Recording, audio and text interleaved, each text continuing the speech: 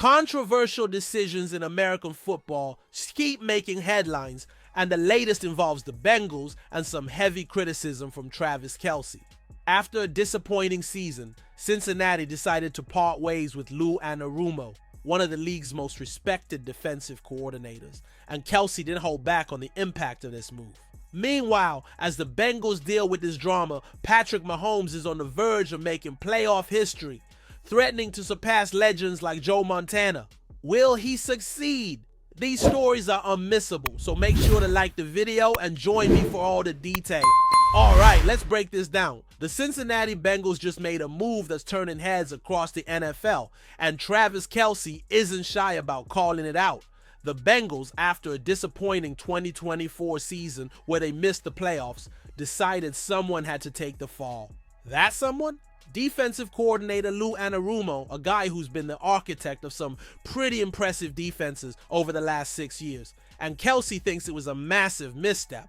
Here's the deal. Kelce knows exactly what Anarumo brings to the table. The Kansas City Chiefs tight end has gone toe-to-toe with those Bengals defenses plenty of times, 6 to be exact, including 2 huge playoff matchups. On his podcast New Heights, which he hosts with his brother Jason, Travis didn't hold back when discussing the Bengals' decision to part ways with Anarumo. "Oh, I don't know what the hell is going on over there," Kelce said, clearly baffled. "It's a wild, wild move. I thought from the outside that defense was playing pretty damn well toward the end of the year." Jason chimed in, backing up his brother's point.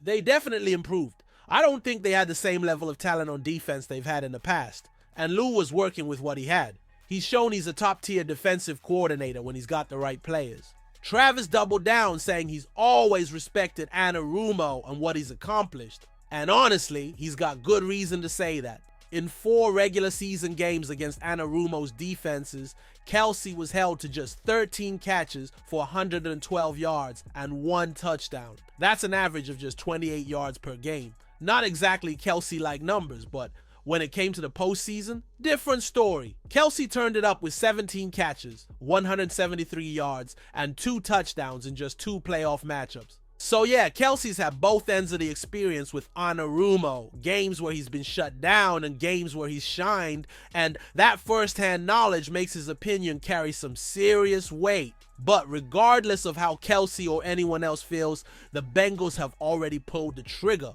whether it was the right move or not. Time will tell, but for now, it sure feels like they might have done the Chiefs a favor. What do you think about Anarumo's departure? Was it a mistake, or did the Bengals make the right call? Share your opinion in the comments.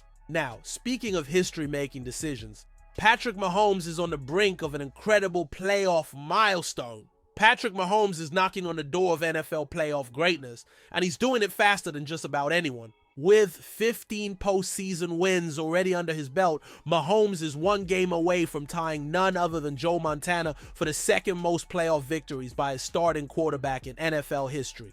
Not bad company, huh?